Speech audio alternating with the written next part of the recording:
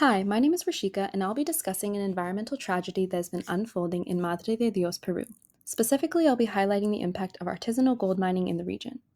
To provide an overview of the purpose and objectives of the presentation, first we'll explore the history of illegal gold mining in Madre de Dios to provide context to how this environmental tragedy began. Then we'll discuss artisanal gold mining practices in the region, explaining how this practice works and its widespread impact. We'll then look at some of the consequences like deforestation trends over time, as illegal gold mining is one of the major drivers behind the destruction of the Amazon rainforest, as well as the effects of different types of mining on the environment. Finally, we'll examine the impact of mercury contamination in both the local residents and the nearby rivers, which has become a major public health issue as a result of mining operations. To outline the upcoming slides, the next slide will be a timeline of artisanal gold mining and its environmental effects. Then we'll be looking at mining rates related to gold price and mercury imports, followed by deforestation rates from 2002 to 2019. We'll then look at a chart showing deforestation by mining type and another graph detailing mercury concentration in nearby fish. We'll follow this up with a summary and references. So illegal gold mining really began to increase in Madre de Dios in the 1990s. The lack of strong environmental regulations led to growing deforestation as miners cleared large tracts of rainforest for gold extraction, primarily through artisanal mining methods like panning. In 1993, the Peruvian government created the Tambopata National Reserve, seeking to protect the area's biodiversity, but this had very little impact on curbing illegal mining activities.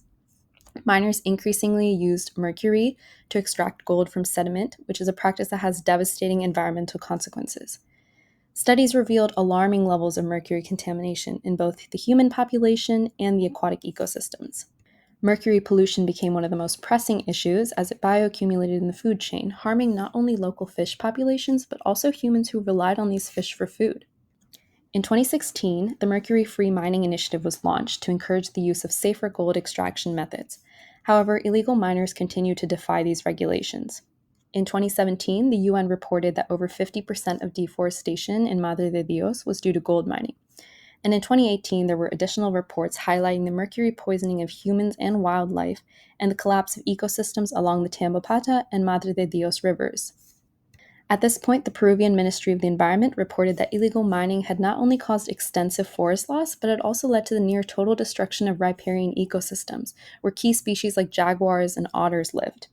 This intensified the call for the Peruvian government to enforce more stringent environmental regulations, and since they've taken efforts through military presence, satellite monitoring, and the use of drones to track mining activity.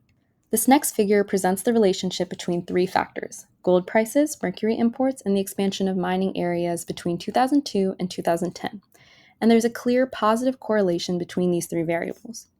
As the value of gold increases, so does the rate of mercury imports and the area of land being mined.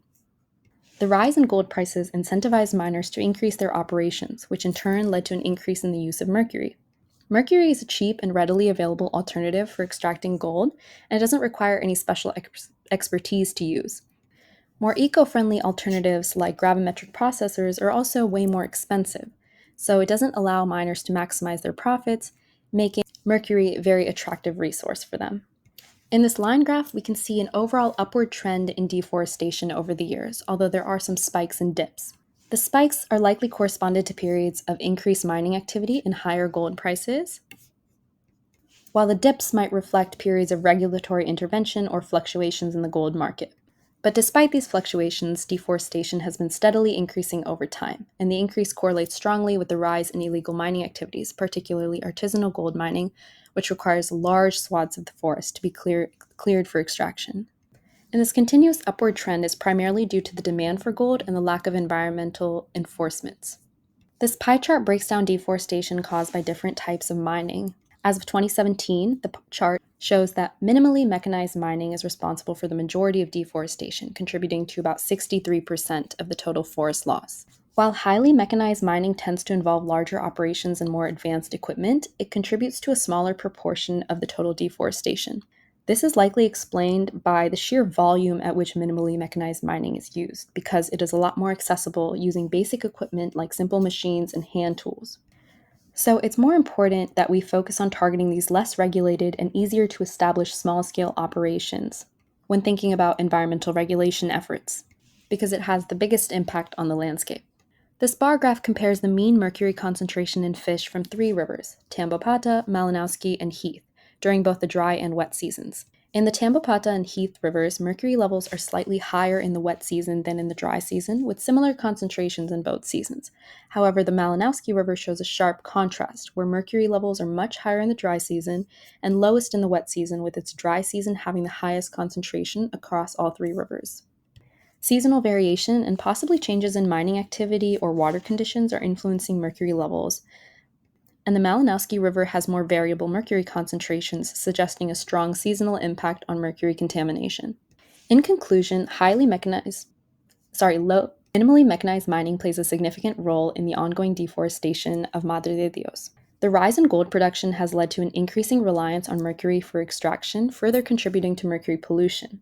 As mining operations expand, deforestation rates have shown a steady upward trend, with substantial areas of forest being lost over time.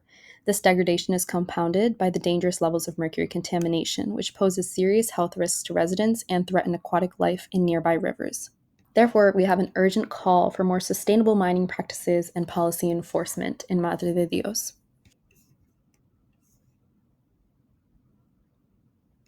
Thank you.